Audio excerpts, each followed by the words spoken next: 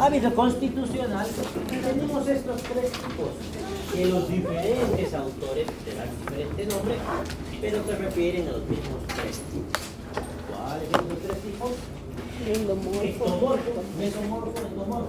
También le llaman atlético al ectomorfo, o mediolíneo también. Mediolíneo, atlético o ectomorfo son lo mismo.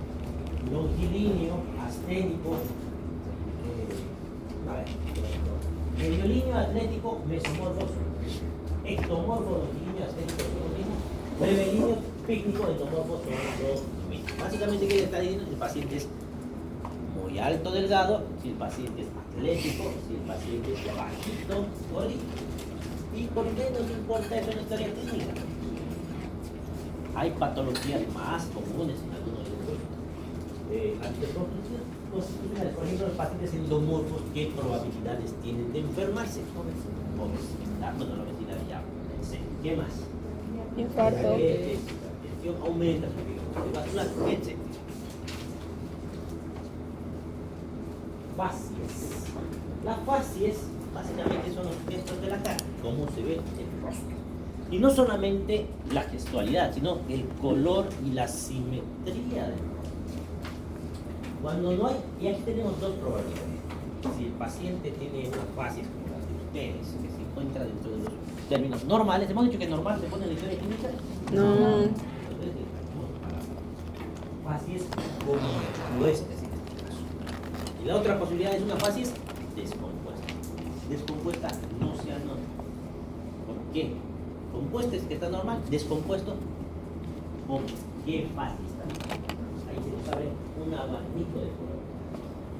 Por ejemplo, las facies del jugador de póker, que es Parkinson. La fase del jugador de póker que tiene muy poca visualidad, casi no hace. La fase es hipertiroidea. ¿Qué es el hipertiroidea? Sobreproducción de hormonas tiroideas. De las hormonas tiroideas. ¿A qué sirven las hormonas tiroideas? Entonces, si un paciente tiene hipertiroidismo, ¿qué le está sucediendo? ¿Cómo se lo ve al paciente? Ya, si tiene metabolismo acelerado, tiene taquicardia, ¿qué más? Diaforesia, está sudando, no le cae muy bien el calor, por ejemplo, no se siente muy bien. ¿Qué más?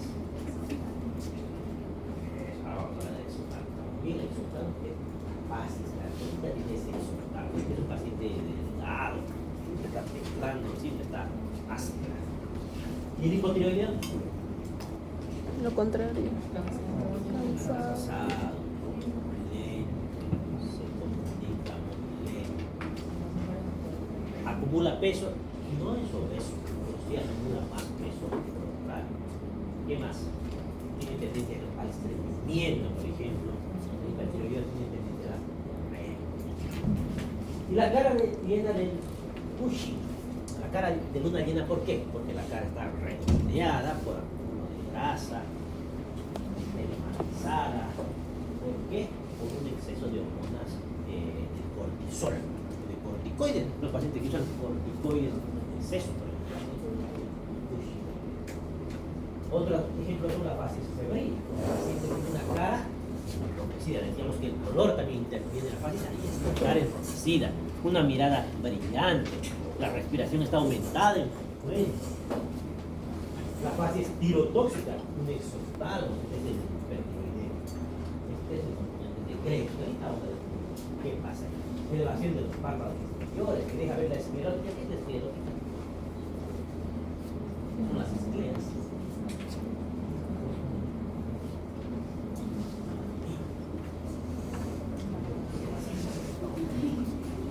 Las lágrimas. Es el guión. Esclera, ¿qué es la esclera? Aunque sea como mala voz.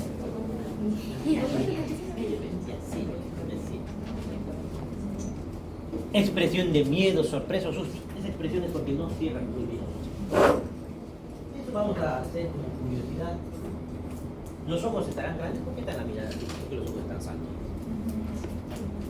Tienen los ojos muy grandes, ¿no? ¿Cuánto mide el ojo?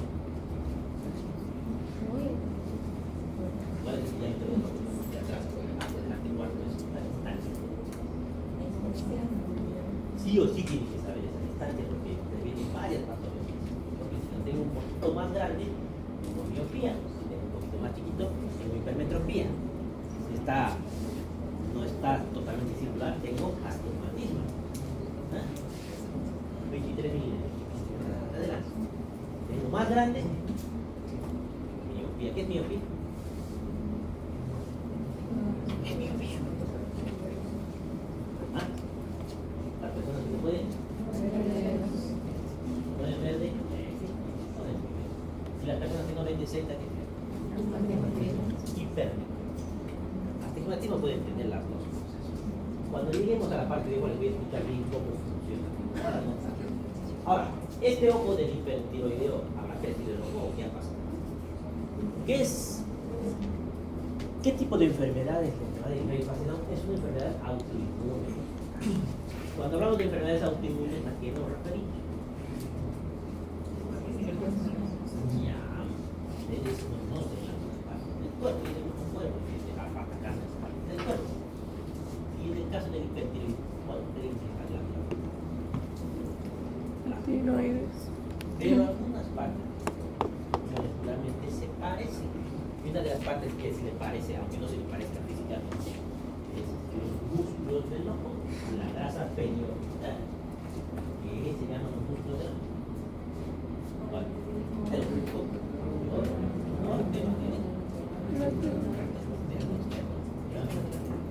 El elevador de los parques, el elevador. Se inflama, se afectan estos músculos, esa grasa se inflama. Y al inflamarse, ¿qué hace? No es que lo que se va fluye, eso se ve así sobresalido. Y no está en el mismo nivel, por si acaso. No está simétricamente. Nos produce diplopía. ¿Qué es diplopía? Perdón, ¿no? Fácil renal. Fácil pálido, una cara hinchada. A ver, esto de enfermedad es la fascia renal que se ve en los pacientes con insuficiencia o enfermedad renal crónica. ¿Qué es una enfermedad renal crónica? ¿Quién tiene crónica?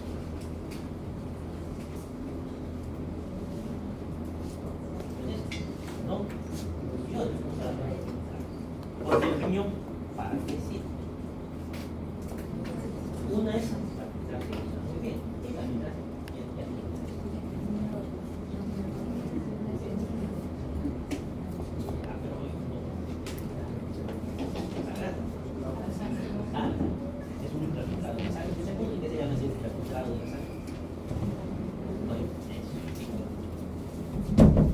¿Qué más hace?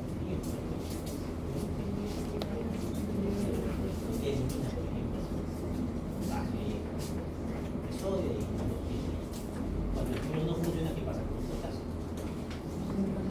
¿Qué más hace? Equilibrio ácido-gas. Ya. No puedo explicar por qué, pero está bien. ¿Qué más hace? ¿Ah? ¿Cuál hormona más que todo? Hay varias. ¿Ah? La más importante. Sí, hace. No tiene que ver con la función arterial. Como la renal crónica, son hipertensas, algo más grave. ¿Ah? La eritropoyetina. ¿Qué es la eritropoyetina?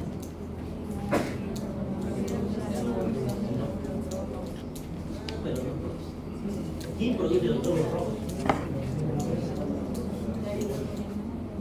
Eso. La eritropoyetina estimula para que la médula ósea produzca glóbulos rojos. ¿Ya? Y si mi riñón no funciona, ¿cómo esperan que esté ese paciente? Anémico. Y si está anémico, ¿cómo va a estar su piel? Vale. El hematoso, ¿qué se debe? ¿Sabe? ¿Qué se debe? Y ya, pero ¿y dónde? ¿Y por qué se retendrá en el interno? Vamos a repasar. Y ahí vamos a aprovechar para hablar de cardíacas y rostros. ¿Qué es la presión de los nodos? Es la presión que se recibe. ¿Se le pared en los vasos? Ajá, Yo no funciona, empieza a perder tanto, va a bajar mi presión coloidosmótica. Entre Si baja mi presión coloidosmótica, ¿para qué sirve la presión coloidosmótica? Para mantener el tono. los Tono muscular. Bueno, no, no lo pasó, dije. Roja, roja. el espacio intravascular, hacia dónde se va a ir este líquido. Ah, es interno. Ya se lo llamamos. Edema. No es el único motivo, porque aquí pasan dos cosas, no solamente pasa eso, también es el aumento. ¿Sí?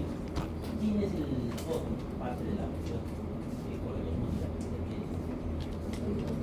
La presión hidrostática. ¿Y de qué depende la presión hidrostática? ¿Qué es la presión hidrostática? La cantidad de volumen que está circulando en su espacio, vasos sanguíneos, la cantidad de sangre. ¿Y de qué depende? De cuánto líquido está circulando. Si aumenta esa presión, ¿qué va a pasar? Voy a vencer mi presión coloidosmótica, igual se va a salir el líquido al intersticio. Y en el caso de su compañera me habló de algo interesante, que es el sistema renina-angiotensina-aldosterona. ¿Se acuerdan de qué era? ¿Qué es la renina? ¿Qué hace la renina?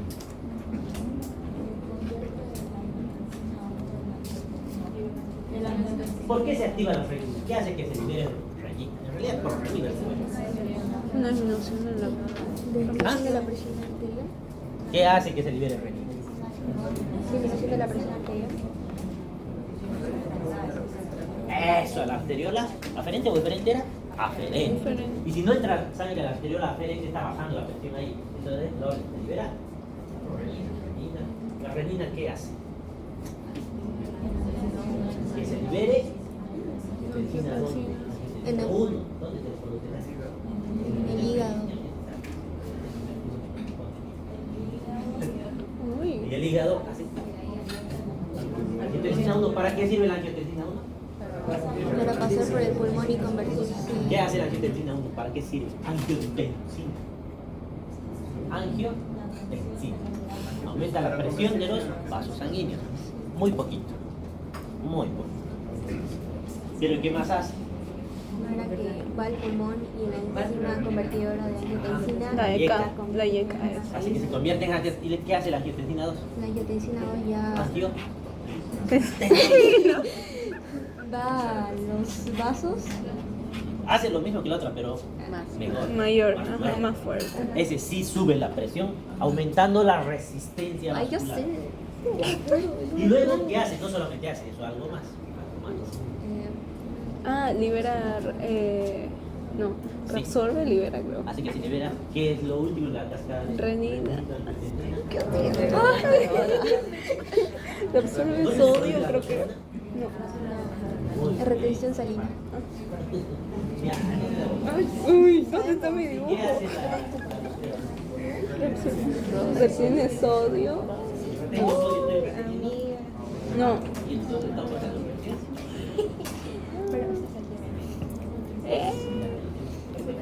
Rojitas. Pierdo proteínas. Luego tienen otra fase, la fase es leonina. Leonina. Bueno, para retroceder, ven un paciente hematizado de la cara y pálido, lo primero que interpretan es que tiene algo de infección. Fase leonina es la fase característica de la lepra. Engrosamiento de la piel, cerramiento de los labios, caída de las cejas, la cola de las cejas más que todo se pierde. Y ahí piensan en fase es leonina. La fase es lúpica. Enfermedad viene el lupus, ¿qué es? ¿Qué tipo? Autoinmune, muy bien. Le dicen lupus porque viene de la palabra lupo, que está en italiano. Lupo significa lupo, que las mejillas asemejan más o menos a la cara que tiene un globo, por eso le dicen lupus. Entonces, ven, eritema, alas de mariposa también le decimos. Una mariposa en la cara. Tiene engrosamiento de la nariz y se ve más frecuentemente en el lupus. Acoso sistémico, pero no es el único, hay algunas variedades de lugar y su y demás. Dijo mariposa, ¿no? Pasamos al siguiente, el estado de nutrición. El estado de nutrición es difícil de evaluar. No es solamente que vemos el peso y el panículo adiposo. Pero eso no vamos a hacer en nuestra historia clínica. muy pocas cosas vamos a poder hacer para evaluar. No vamos a medir ni cuantificar albúminas. La historia clínica, examen físico. Entonces aquí puedo decir que está desnutrido, que está eunutrido. ¿Qué será eunutrido? Cuando tengan la palabra eu, comience con eu, significa que es normal. Eutóxico, ¿se acuerdan del parto eutóxico? Parto normal, aquí no. Eunutrido, ¿qué tal? Aquí, si está muy gordito, le vamos a decir paciente con obesidad. ¿Y ese caso qué es? Paciente desnutrido. Y aquí tenemos el extremo de la desnutrición, se llama salud. Caquexia. ¿Han escuchado el término caquexia? Caquexia. Es la desnutrición extrema. Piel y huesos. Esto es caquexia. ¿En qué patología vamos a ver caquexia? ¿Cómo? ¿Qué? Nutrición extrema. ¿Caquexia? ¿Es? ¿Con qué? Cáncer. ¿Por qué no cáncer? ¿Qué es el cáncer?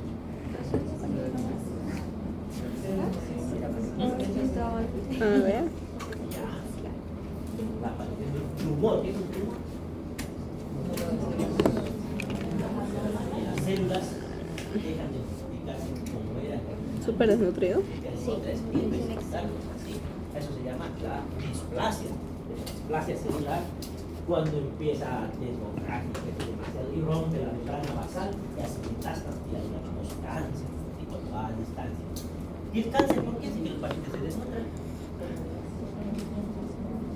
Bueno. ¿Qué le pasa a esas células que entran en displasia? Hace lo mismo que cualquier especie. Quieren expandirse y crecen desproporcionadamente, dañando a otras células. ¿Y qué más hace? Para crecer una célula, ¿qué necesita? Energía. Entonces van a consumir todos los nutrientes de ese individuo para crecer ese tumor. De esa manera, ¿cómo hace para crecer las células ese tumor? ¿Qué va a necesitar aparte de que los estudios de imagen vamos a hacer con contraste? Van a necesitar mayor irrigación, más sangre van a necesitar. Todos esos tejidos, una de las formas de diagnosticar es con estudios de contraste se ven llenos de sangre. Consumen más glucosa, que eso vamos a ver en los estudios de PET scan, que más adelante le voy a explicar.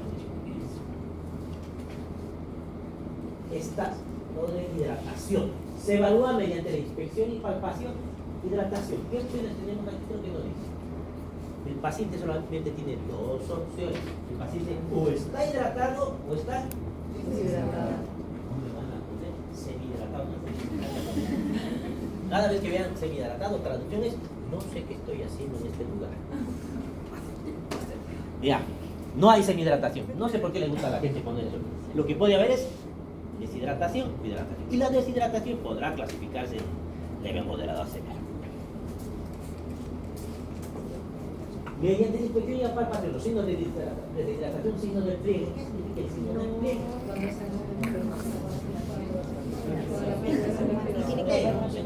¿A quién no se le hace signo de pliegue? Eso, ¿por qué? Porque su piel normalmente está así, o sea, va a salir falso positivo, va a tener su pliegue y es porque su piel ya está colágeno.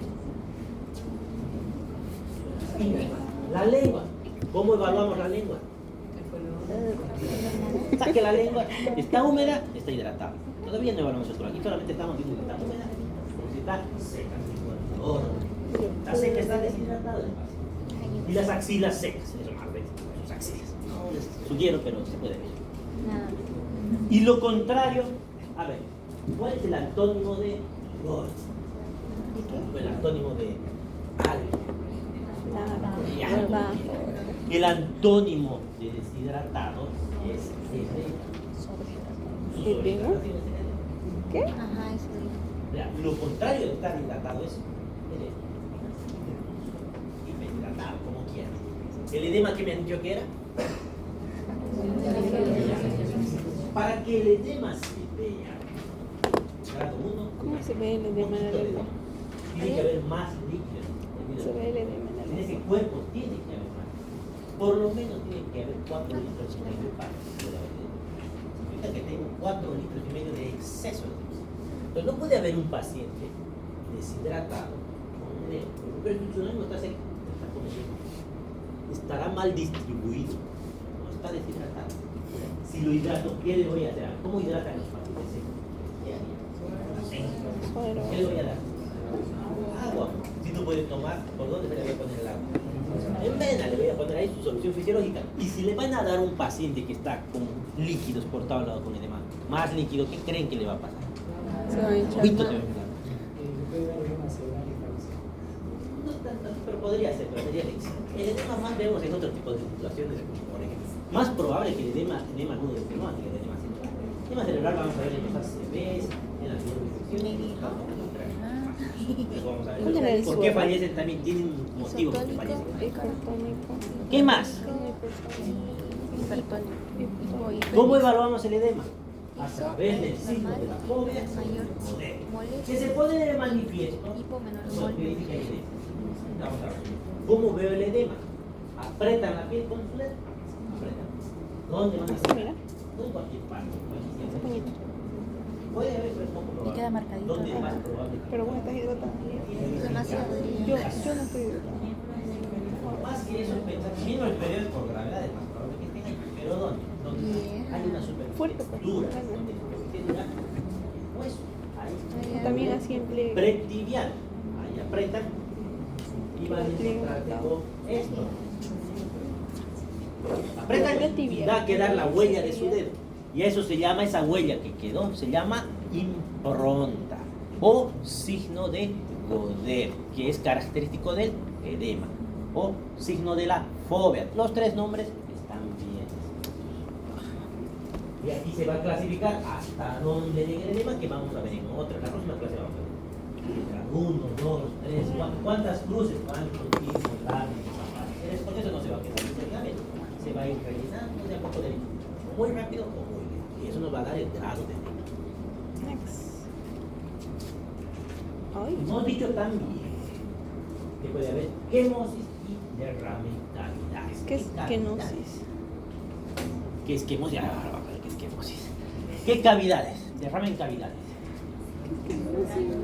Pleural, pericárdico, ascitis. A ver, a eso son derrames en cavidades. No es la única causa el edema. Derrame en cavidades. ¿Por qué creen que se puede producir derrame? Por ejemplo, un derrame pleural. ¿Por qué puede haber líquidos en la pleura? Por alguna perforación. No es de mi pleura, es en el espacio pleural. ¿Por qué? Por alguna perforación de la pleura. Perforación. O sea, ¿saben lo que son los exudados y trasudados? ¿Algo han escuchado? Y no hay problema, porque seguramente depende si es inflamatorio.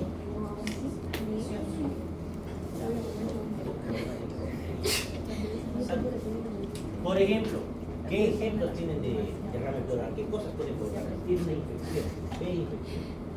La más común, en medio es la derrame pleural. Todo paciente en Bolivia que tiene derrames pleurales, tuberculosis, hasta que se demuestre lo contrario. Vamos a traducir eso porque a veces se malinterpreta. No significa que todo sea tuberculosis. Significa que si yo veo un paciente con derrame pleural, tengo que descartar, estoy obligado a descartar que no sea tuberculosis, porque es muy probable. No es seguro, pero es muy probable. En otros países, yo voy a Francia, es lo último que pensarán. Y en tercera edad, todo paciente de tercera edad con derrame pleural, eso sí, todo el mundo es cáncer de pulmón hasta que se demuestre lo contrario. ¿Ya? No es lo único, insisto, de otra cosa, pero estoy obligado a descartar porque es muy común. Hemosis. Hemosis es un extremo. Es cuando tienen el edema ya en la conjuntiva. Tengo una foto de edema conjuntival. Que pregunten en examen porque es tan llamativa la palabra que seguro que va a estar en algún examen. De algún de ustedes. Hermosa, ¿no? Tenemos el otro término que es anasar. Cuando el edema ¿dónde va creciendo? Por gravedad. Primero va a aparecer en mí. Los renales suele aparecer en todo el cuerpo. Cuando están escuchando, Yo cuando lloro. cuando todo el cuerpo está generalizado. Y si es generalizado, le vamos a poner el nombre anasarca. En vez de un edema generalizado, nosotros escribimos anasarca. Ahí ya estamos diciendo, es un edema generalizado.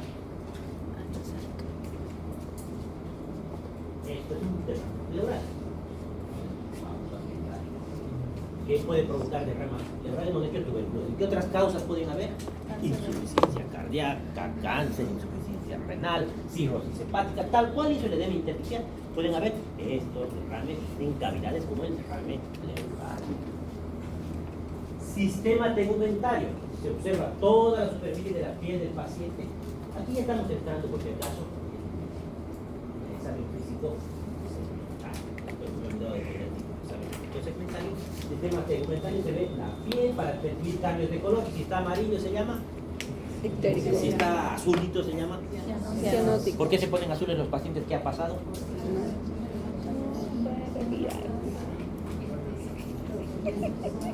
Con aumento de la desoximetría. Proceso de mala oxigenación, pero el color no le da que mayor oxígeno, el color le da que haya más hemoglobina. Hay patologías que tienen mayor hemoglobina y que están saturando normal con el paso. Qué lindo.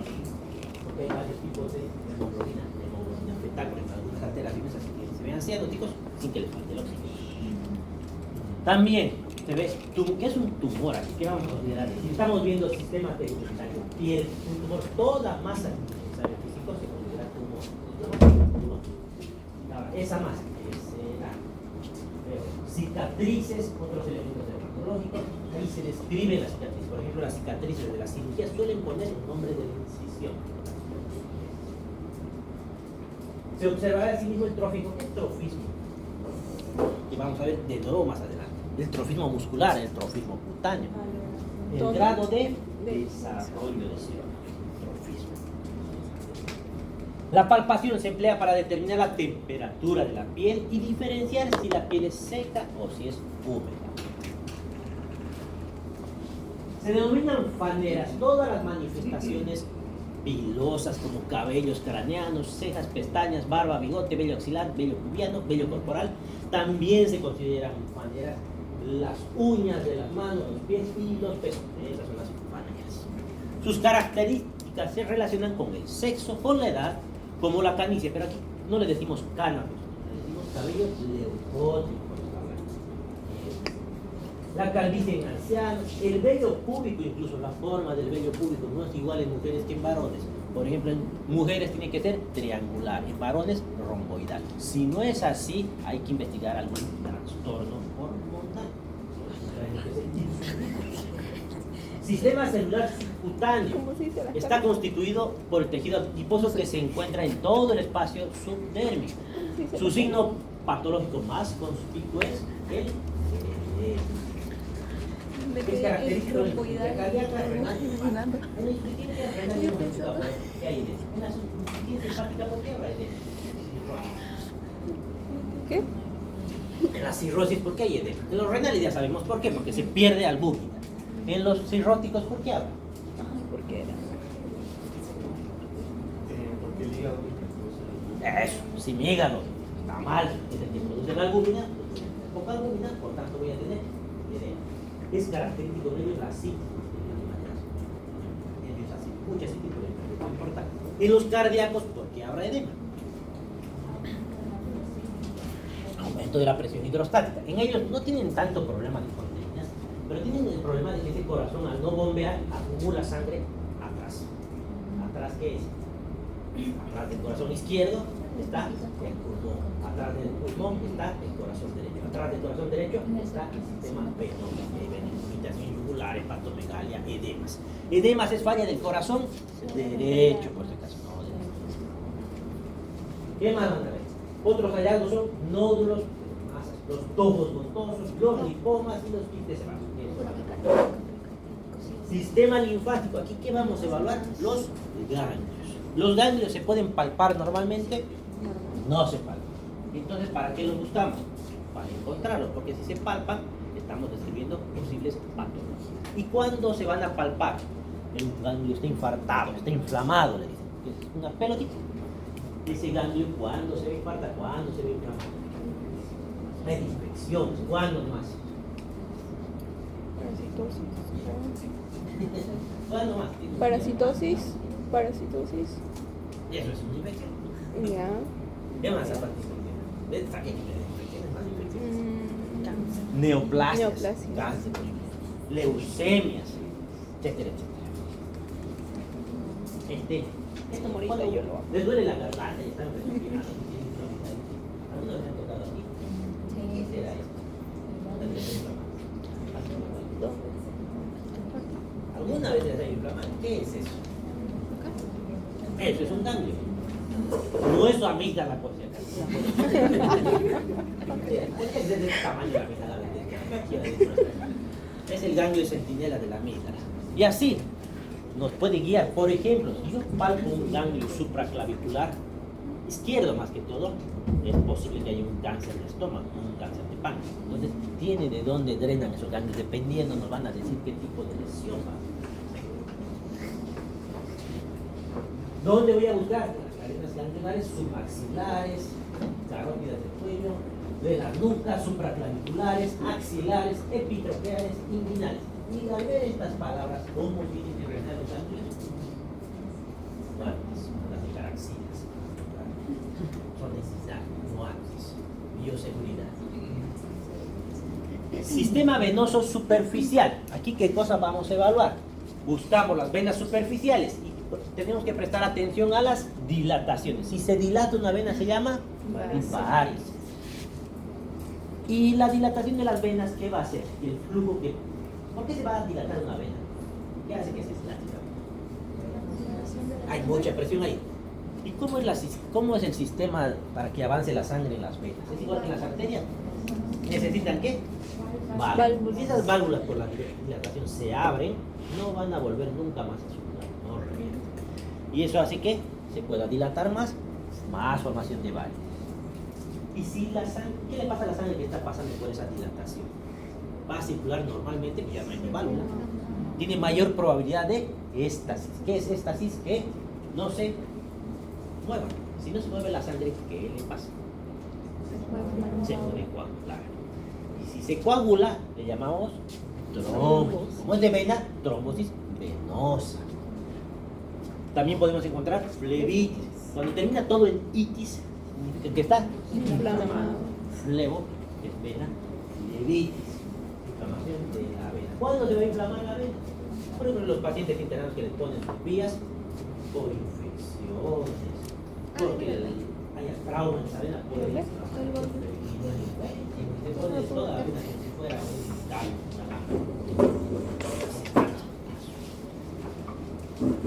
Así como la presencia de trayectos venosos alómenos, que es la circulación colateral, que es, por ejemplo, en el abdomen, no deberían verse las venas. Y ahí se ven como dilataciones, como varices en el abdomen. Pero ¿por qué ahí tendría que haber varices? No tendría sentido. Lo que pasa es que está apareciendo circulación colateral, circulación que no debería estar ahí, buscando saltarse algo que no les está dejando pasar a la sangre, que es en el caso de la cirrosis hepática. La cirrosis hepática, el hígado se vuelve como una piedra pequeñita y la sangre que tiene que pasar por la puerta no puede, por algún lado tiene que mover esa sangre. Se salta el hígado y las venas que estaban, ¿quién han visto venas? ¿Una vez han visto venas en el abdomen? Han debido ver alguna vez en su vida venas en el abdomen en un paciente normal.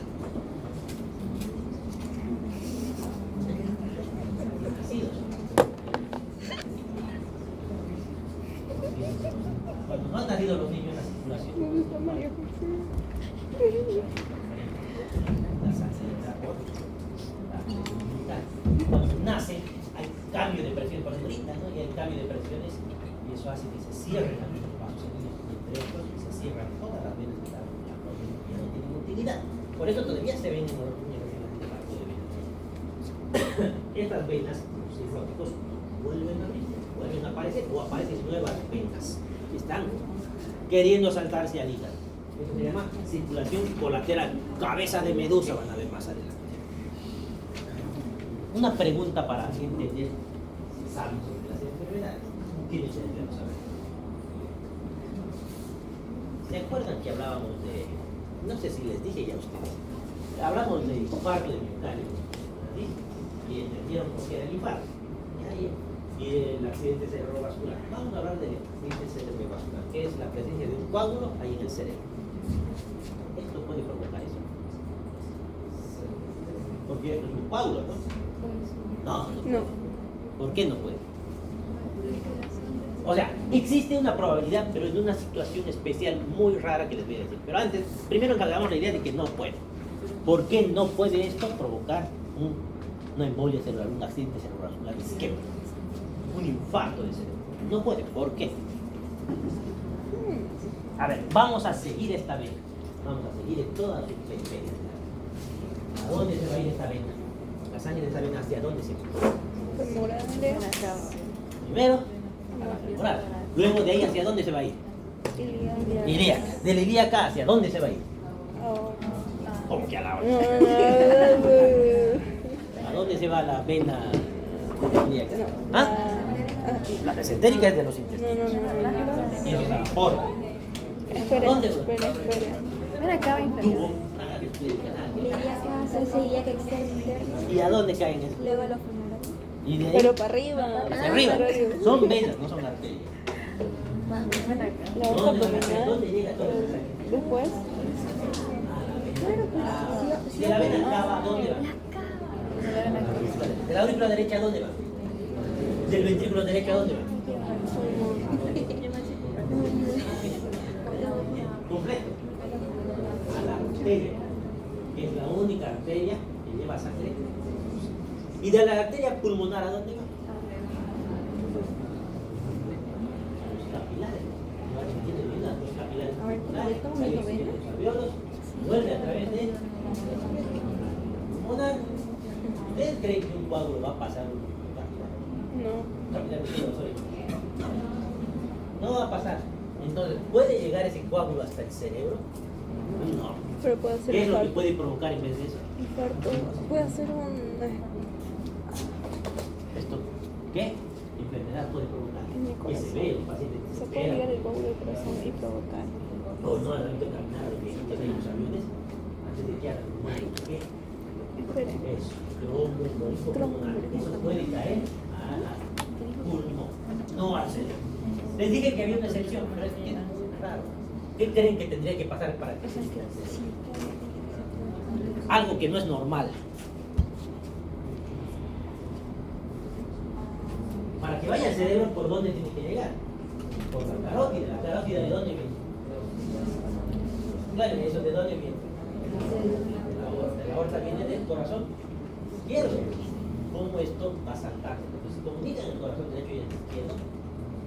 Nunca. Es el pulmón al medio. En la aurícula previa viene espacio, pero si no se cierra durante el desarrollo puede pasar. Pero a veces no se cierra. Eso. Si hay una complicación interauricular, que ni siquiera es que esté abierto todo el tiempo. En realidad está cerrado. Pero está débil la pared como una boquita. Y cuando aumenta la presión en todo el tórax, puede abrirse. ¿Cuándo puedo aumentar la presión en el tórax? Con la maniobra de Valsalva. Hago presión, aumento la presión y esa Valsalva puede comunicar. Entonces cuando van al baño esos pacientes hacen Valsalva, baños en Valsalva, se llama accidente cerebrovascular paradójico. Es paradójico, no debía haber sucedido eso. En realidad es una rareza que nunca la van a ver, así que olvídense que existe, pero ya la escucharon. Ay, Es una paradoja. Sistemas osteoarticulomusculares. Los huesos se observan modificaciones de la forma, simetría. ¿Cuándo van a ver deformado un hueso? Hueso. Es una deformidad. O si hay lesiones osteolíticas, estamos hablando de osteoporosis, ahí pueden ver. ¿Qué más? Simetría. Siempre comparan un lado con el otro. Más que todo un niño compara.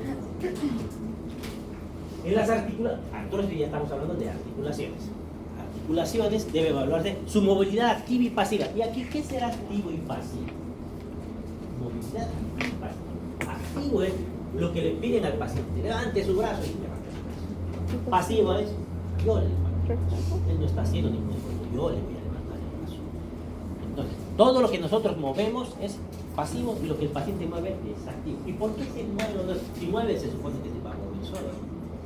No, porque hay situaciones, por ejemplo, en casos de artrosis, donde puede no mover, pueden enfermedades neurológicas donde no tenga la fuerza para mover, pero la articulación está funcionando perfectamente.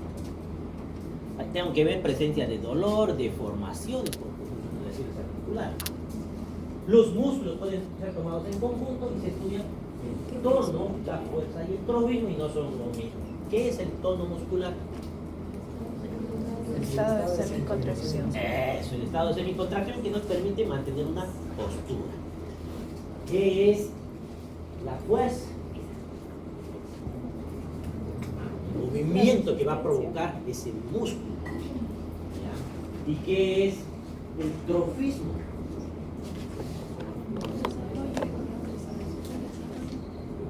Acá vemos el trofismo de la piel. Grado de desarrollo, entonces, si está grande o pequeño. El músculo puede estar hipertrófico, puede estar atrófico, pero también puede estar atónico, que no esté sin ninguna contracción. Puede tener fuerza, no puede. La fuerza no se viene que no depende de la hipertrofia, depende del número de fibras.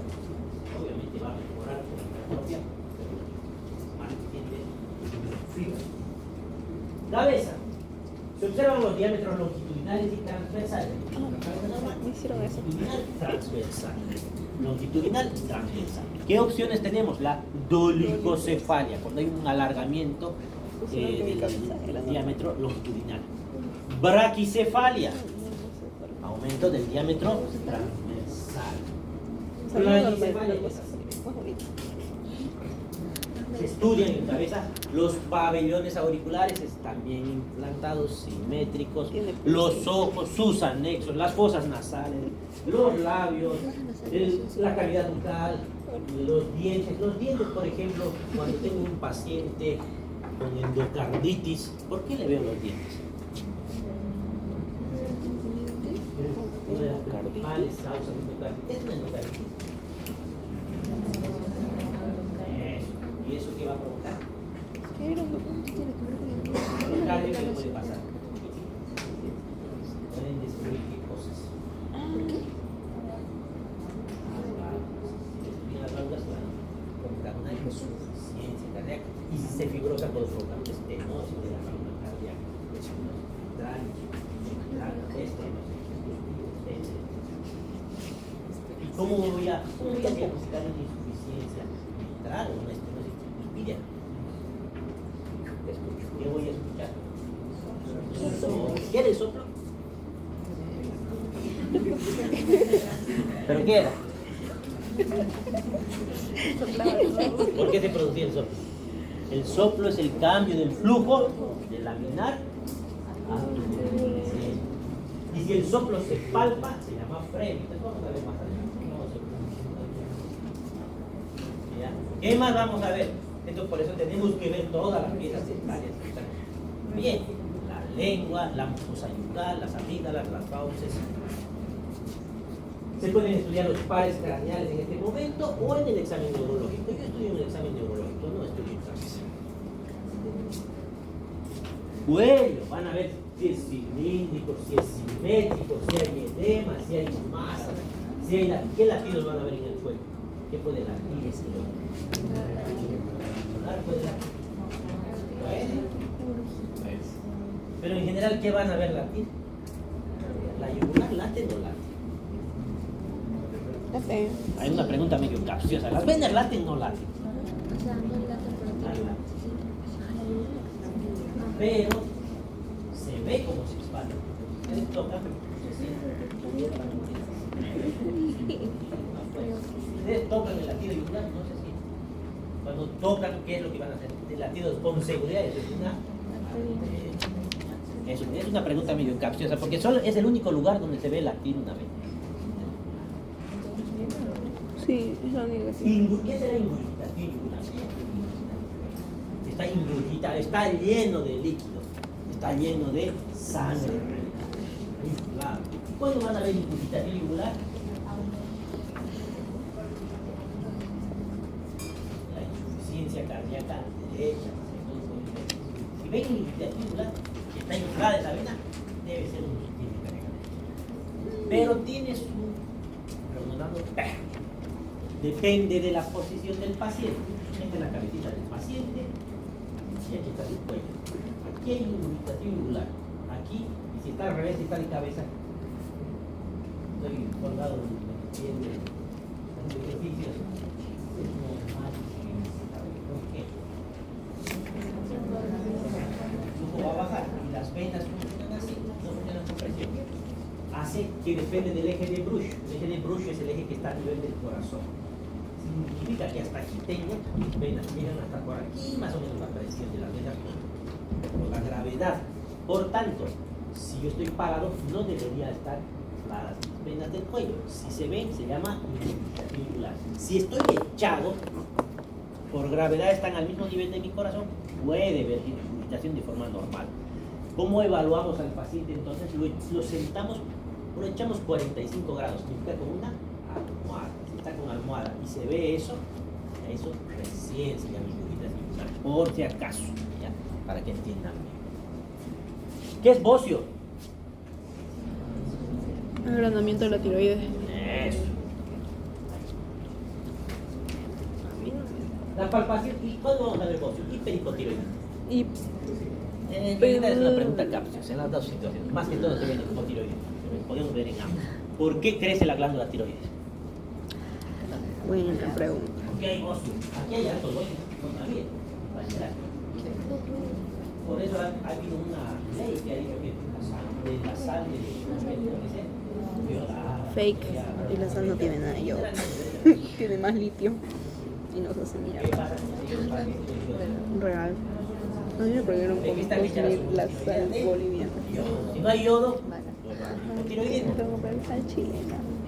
Sal yodo. Entonces, ¿por qué hay bocio? El poco yodo, ¿qué va a hacer la glándula? El poco yodo, ¿qué hace esa glándula? Va a hacer mucho más trabajo, se va a hipertrofiar para compensar esa falta de yodo, va a crecer. Pero no es el único causa. Si está inflamado por una tendinitis, por ejemplo, puede hacer hipertiroidismo y tener también ese caso. Las dos situaciones pueden ser a veces. Pero en general se ve por hipertrofia porque necesito trabajar. Y el bocio y el hipotiroidismo en los recién nacidos, ¿qué se llama? ¿Qué? Cuando el niño recién nacido tiene hipotiroidismo, ¿qué le puede pasar? No va a ser. Ferretinismo. Es un feretino, el indexo de ferretinismo básicamente que hace que el bocio en la niñez ya dentro del hipotiroidismo, es el ferretinismo. Por eso es obligación paciente el ferretinismo. Ponerlo en una incubadora. Se le mide las tiroideas a los recién nacidos para saber que no tengan hipotiroidismo, porque si no saben que tienen hipotiroidismo van a tener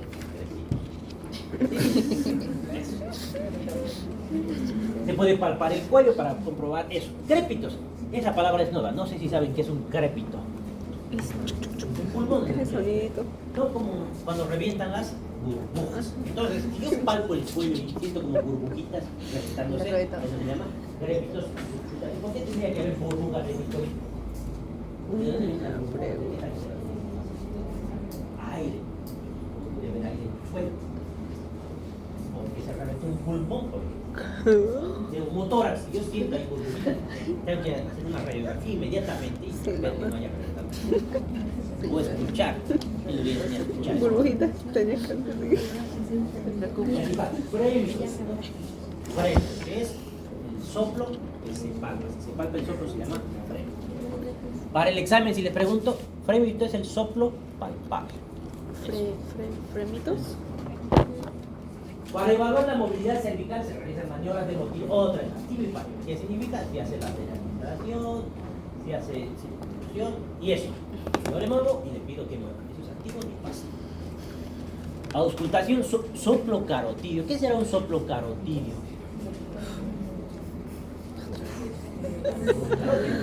¿Por qué? Porque hay un El dibujito. algo está ocurriendo o algo es más probable en el caso de la carotina. ¿Qué tenemos ahí? Tenemos una estructura que es fácil de quitar. Se llama carotina. Donde se divide la carotina. ¿Qué más hay? ¿Qué hay en los globos carotinos normalmente? Tenemos cosas muy importantes en esa división. Tenemos los receptores de qué? Para la presión. Paros receptores, ¿qué más? Paros receptores. Sí, esos pacientes, ahí es con globus carotido, ahí se escuchan soplos por eso. Globus. G-L-O-M-S. Glándula tiroides. Si escuchan soplo en tiroides, es una tormenta tiroidea, es una enfermedad de metástase extrema, está haciendo tormenta tiroidea, está liberando demasiado tiroides. Ese paciente puede fallecer en cualquier momento. Intensiva, prevenir ese infección. Hay formas, pero no pueden salir muy bien. Tormenta tiroidea. Tórax. El tórax se examinan los aparatos respiratorio y circulatorio, porque es el corazón y los pulmones. En general se observa la conformación torácica para poner en evidencia aspectos constitucionales como malformación. El tórax puede cambiar de forma, como parecer una pera, como que mi esternón en vez de estar así, puede estar expandido, así como de los pollos, o la quilla de los pollos, se llama por eso tórax carinatum, por la carina. Y si está muy hundido, el tórax en zapatero, ¿no? También el tórax está expandido todo el tiempo. Se ven los pacientes con enfisema pulmonar. Los pacientes que tienen EPOC, por ejemplo, si hacen enfisema pulmonar, están todo el tiempo inspirados. Tienen más, están hiperinspirados. Los pacientes con crisis asmáticas. ¿Qué es el asma? Ya, ¿qué produce silvavernitrol?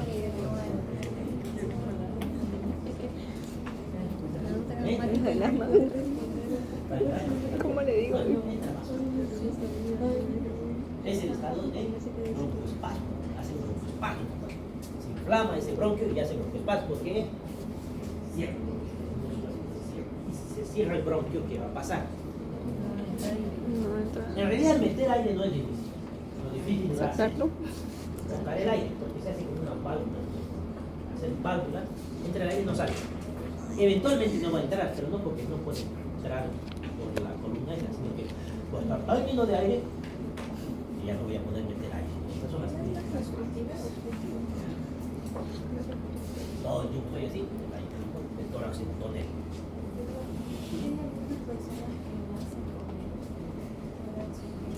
Sí. Hay que ver que no haya cardiopatías, que no haya alteraciones de cromosomas.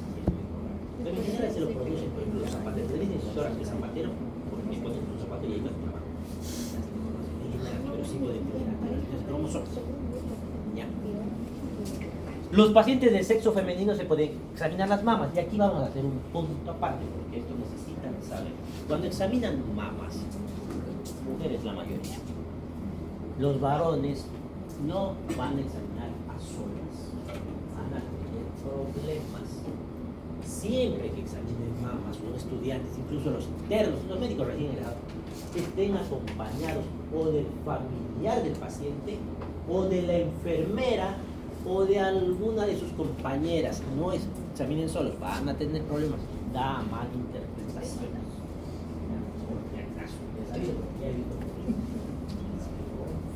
Aparato respiratorio. Ahí vemos la IPA. Percusión y en auscultación. inspección básicamente lo que vamos a evaluar es la expansividad. ¿Y por qué se expande ese tórax? El aire, y el aire hace que se inflen los alveolos, alveolos, alveolos, entonces eso hace que se expande ese tórax. Aquí tenemos un término, es taquipnea. Eso. ¿Era taquicardia? ¿Taquicardia? Taquipnea. Vale. Taquipnea. Taquisfignia. Pulso. Que siempre le preguntan en el examen qué es taquisfignia y le responden cualquier cosa. Taquisfignia es aumento de la frecuencia del pulso. Dice, pero sí es lo mismo que el corazón. No.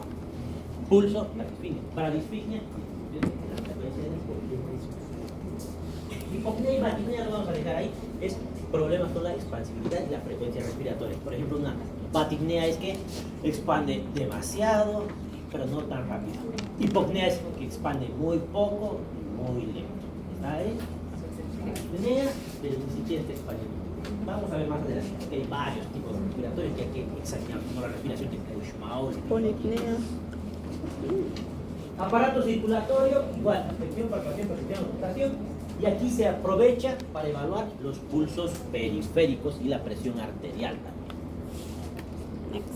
Abdomen. El examen de abdomen investigará también el aparato digestivo y tenemos inspección, auscultación. ¿Por qué era auscultación? ¿Por qué no palpación, percusión? Inspección, palpación, percusión. Siempre es inspección. ¿Y aquí qué ha pasado? Me he equivocado. Aclaremos el error, ¿qué ha pasado? Ah, en abdomen, ¿por qué es diferente? ¿Por qué? Primero es inspección, siempre es inspección, luego palpación. Pero si yo palpo abdomen, voy a tocar los intestinos, voy a activar el peristaltismo. Si activo el peristaltismo, van a aumentar los fluidos intraaéreos. Y cuando ausculte, va a estar distorsionado. Por eso primero es inspección, luego auscultación sin alterar nada, luego recién percusión y finalmente palpación. ¿Ya? Aparato genital. Comienza con la inspección de los genitales externos. En el hombre se palpan testículos, epidídimos, la próstata mediante el tacto rectal. En las mujeres se hace tacto vaginal, que permite la investigación del útero y de sus anexos. Eso lo van a ver en ginecología.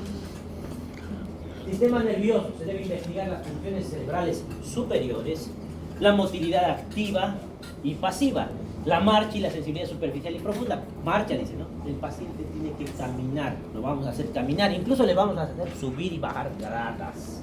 Y le vamos a hacer varios tipos de movimientos, de coordinación. Eso lo vamos a tener más en neurología. Aquí dejamos ahí más o menos. Los pares craneales se pueden evaluar aquí, pero en forma independiente, sin mezclar con el resto del sistema nervioso.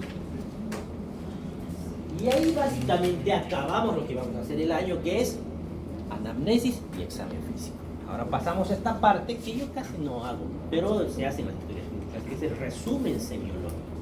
En el resumen semiológico se ponen los datos positivos, o sea, lo que han encontrado de llamativo, ya no es toda la historia clínica, por cada aparato y sistema. Y tanto de la anamnesis como del examen físico. Es una pequeña hoja, un pequeño resumen. Consideraciones diagnósticas. Aquí es el diagnóstico. ¿Qué tipos de diagnóstico van a tener? Pueden tener el diagnóstico sintomático, anatómico, funcional, biológico, más. Ese diagnóstico puede cambiar.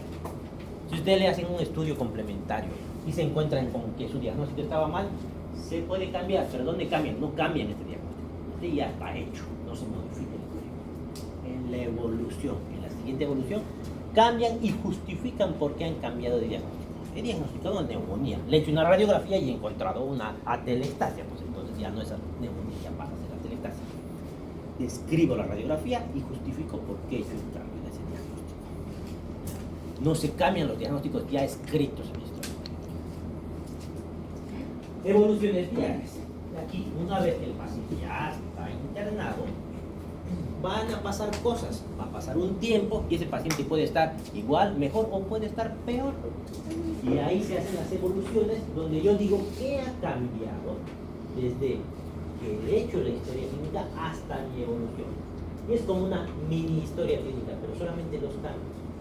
Se hace muy suave. Subjetivo, objetivo, análisis y plan. Subjetivo es básicamente la anamnesis, objetivo es el examen físico, análisis es qué le ha pasado, cómo ha evolucionado. Y plan, ¿qué voy a hacer yo con mi paciente? Tengo más fiebre, le cambiaré de antibiótico. Ha aumentado el leucocitos, creo que mi antibiótico no lo cambiaré.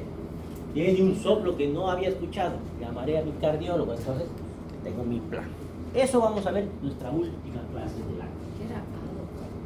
Análisis. Subjetivo, análisis, plan. La última clase del año vamos a ver eso con calma. Paciente de 55 años de sexo femenino, en su segundo día de diagnóstico, segunda internación con diagnóstico de insuficiencia cardíaca, análisis asintomático, regular estado general, consciente orientado, bla, bla, bla. Ese es el de evolución. Que vamos a ver al final, no se preocupen. Va a ser la primera vez que les voy a dar. No se voy a dar ese. Epicrisis.